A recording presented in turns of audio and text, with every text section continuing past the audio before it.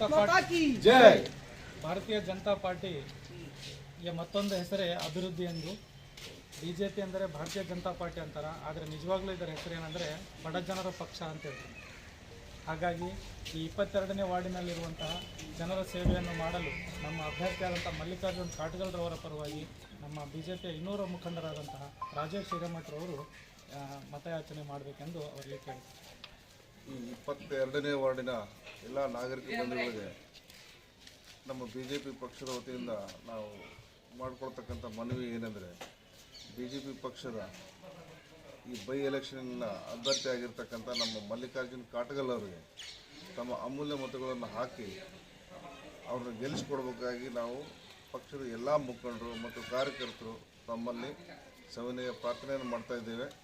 ಜೊತೆಗೆ ಈ ಭಾಗದ ಈ ವಾರ್ಡಿನ ಎಲ್ಲ ಅಭಿವೃದ್ಧಿ ಕೆಲಸಗಳು ನಮ್ಮ ಕರಿಯಪ್ಪಣ್ಣವ್ರು ಆಗಲೇ ಹೇಳಿದ್ದಾರೆ. ಬಡವರಿಗೆ ಮನೆ ಕಟ್ಟೋದಿರ್ಬೋದು, ಅವರಿಗೆ ಪ್ಲಾಟ್ಗಳು ವ್ಯವಸ್ಥೆ ಮಾಡೋದಿರ್ಬೋದು, ಈ ಎಲ್ಲ ವಿಚಾರಗಳನ್ನು ಮುಂದಿನ ದಿನಮಾನಗಳೊಳಗೆ ನಿಮ್ಮ ಜೊತೆಗೆ ಇದ್ದು ಹೋರಾಟ ಮಾಡಿ ಸರ್ಕಾರದ ವತಿಯಿಂದ ಏನೆಲ್ಲ ಸೌಲಭ್ಯಗಳು ಸಿಗಬೇಕು ಆ ಎಲ್ಲ ಸೌಲಭ್ಯಗಳು ಸಿಗೋ ರೀತಿ ನಾವು ನಮ್ಮ ಕಾರ್ಯಕರ್ತರು ಎಲ್ಲರೂ ಪ್ರಯತ್ನ ಪಡ್ತೇವೆ.